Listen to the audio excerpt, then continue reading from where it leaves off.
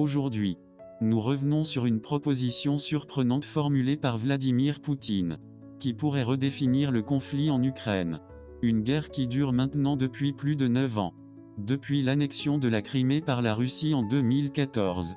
Une proposition conditionnelle. Geler la ligne de front. Le président russe Vladimir Poutine a proposé de geler la ligne de front actuelle en Ukraine. Une initiative qui pourrait, sur le papier, mettre un terme à l'intensification des combats. Cependant, cette proposition repose sur deux conditions bien précises. D'une part, la reconnaissance par les États-Unis de l'annexion de la Crimée par la Russie.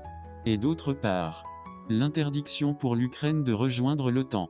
Ce développement intervient dans un contexte où la ligne de front, s'étendant sur des milliers de kilomètres, représente un véritable champ de tension depuis des années. En échange, Moscou serait prêt à renoncer à ses revendications sur 4 régions ukrainiennes stratégiques.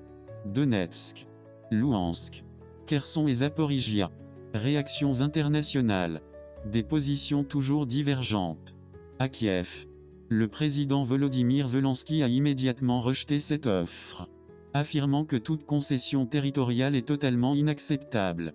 Les pays occidentaux, notamment en Europe, restent prudents face à cette proposition. Certains dirigeants estiment qu'elle pourrait être une tentative de la Russie pour consolider ses positions, plutôt qu'un véritable geste diplomatique.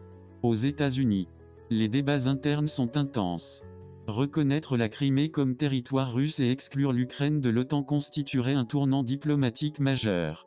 Cette décision pourrait apaiser temporairement le conflit, mais elle risquerait aussi de fracturer l'unité des alliés occidentaux. Contexte historique. 9 ans de conflit intense. Rappelons que cette guerre a débuté en février 2014, avec l'annexion de la Crimée, suivie par le déclenchement d'un conflit armé dans le Donbass. Ces 9 années de tension ont été marquées par des cycles d'affrontements et de négociations avortées, plongeant des millions d'Ukrainiens dans une situation humanitaire et économique critique. Conclusion. Des jours décisifs à venir. Alors, cette proposition de Vladimir Poutine, véritable ouverture diplomatique ou stratégie pour renforcer ses positions? Une chose est certaine. Les jours à venir seront cruciaux pour l'avenir de ce conflit qui redessine les rapports de force mondiaux. Merci d'avoir suivi cette revue de presse. Si ce sujet vous intéresse, pensez à vous abonner à notre chaîne spéciale, à activer la cloche des notifications pour rester informé, et à partager cette émission avec vos proches.